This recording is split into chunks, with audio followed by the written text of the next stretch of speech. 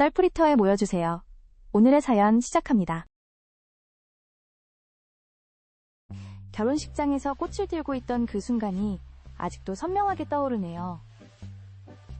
제가 30살 남편이 38살이었던 그때. 하지만 그 행복했던 순간이 무너지는 데는 단 몇 분이면 충분했어요. 혼인신고를 하러 구청에 갔던 날 남편이 주민등록등본을 건네는 순간 제 눈에 들어온 생년월일. 1970년? 잠시만요. 분명 1974년생이라고 했었는데. 숫자를 보는 순간 머릿속이 하얘지더라고요. 처음엔 제 눈을 의심했어요. 혹시 잘못 본 건가 싶어서 남편의 표정을 살폈죠. 그런데 남편은 이미 창백한 얼굴로 제 반응을 살피고 있었어요. 그제서야 모든 게 이해가 되더라고요. 왜 항상 나 얘기만 나오면 슬쩍 화제를 돌렸는지, 왜 주민등록증을 본 적이 없는지. 사실 저는 나이 차이에 전혀 개의치 않는 사람이었어요. 오히려 연상의 남자가 주는 듬직함과 성숙함에 끌렸거든요. 8살 차이도 너무나 자연스러웠고 12살 차이라고 해서 달라질 건 없었을 텐데 문제는 거짓말 그 자체였어요. 2년간의 연애 기간 동안 수없이 많은 기회가 있었을 텐데 왜 한 번도 솔직하게 말하지 않았을까요? 결혼을 앞둔 그 순간까지도, 혼인신고라는 더는 피할 수 없는 순간이 올 때까지도 말하지 않은 이유가 뭘까요? 구청 직원 앞에서 아무렇지 않은 척 서류를 작성했지만 집으로 돌아오는 차 안의 침묵은 너무나 무거웠어요. 남편은 계속해서 뭐라도 말하려는 듯 입을 열었다 다물었다 했지만 저는 창밖만 바라봤죠. 집에 도착해서야 남편이 입을 열었어요. 미안해. 처음에는 그냥 작은 거짓말이라고 생각했는데 시간이 갈수록 말하기가 더 어려워졌어. 그 말을 듣는 순간 제 마음속에서 무언가가 확 식어버리는 걸 느꼈어요. 작은 거짓말이라고요? 4년이라는 시간을 속인 게? 그것도 결혼까지 한 사이에서? 그동안 쌓아온 신뢰가 모래성처럼 무너지는 걸 느끼는데 남편의 다음 말이 저를 더욱 혼란스럽게 만들었어요. 사실 나이만이 아니었어. 남편의 떨리는 목소리에 온몸의 신경이 곤두섰어요. 불길한 예감이 전신을 휘감더니 심장이 터질 듯이 뛰기 시작했죠.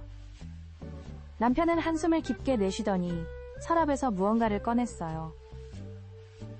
낡은 서류 봉투였는데 그 안에서 나온 건 이혼 증명서였어요.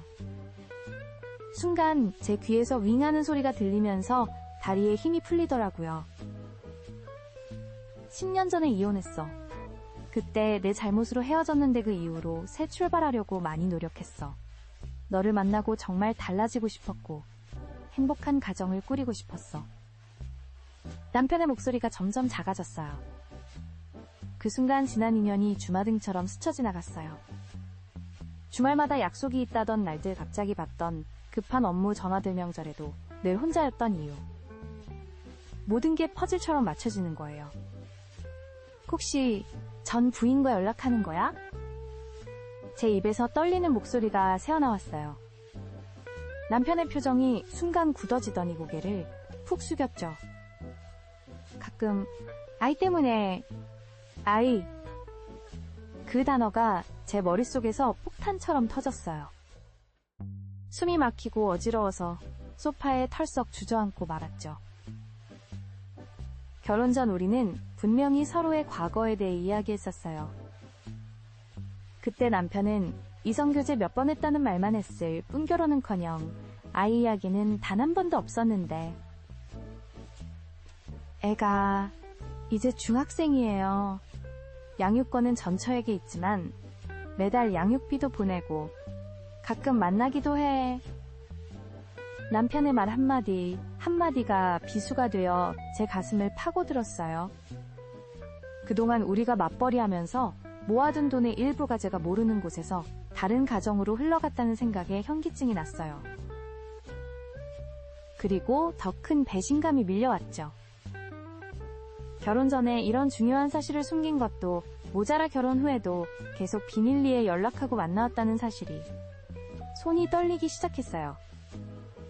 그동안 남편을 믿고 의지했던 순간들이 모두 거짓으로 둘러싸여 있었다는 걸 깨달으니 방금 전까지 고민했던 나이 차이 문제는 오히려 사소하게 느껴졌어요.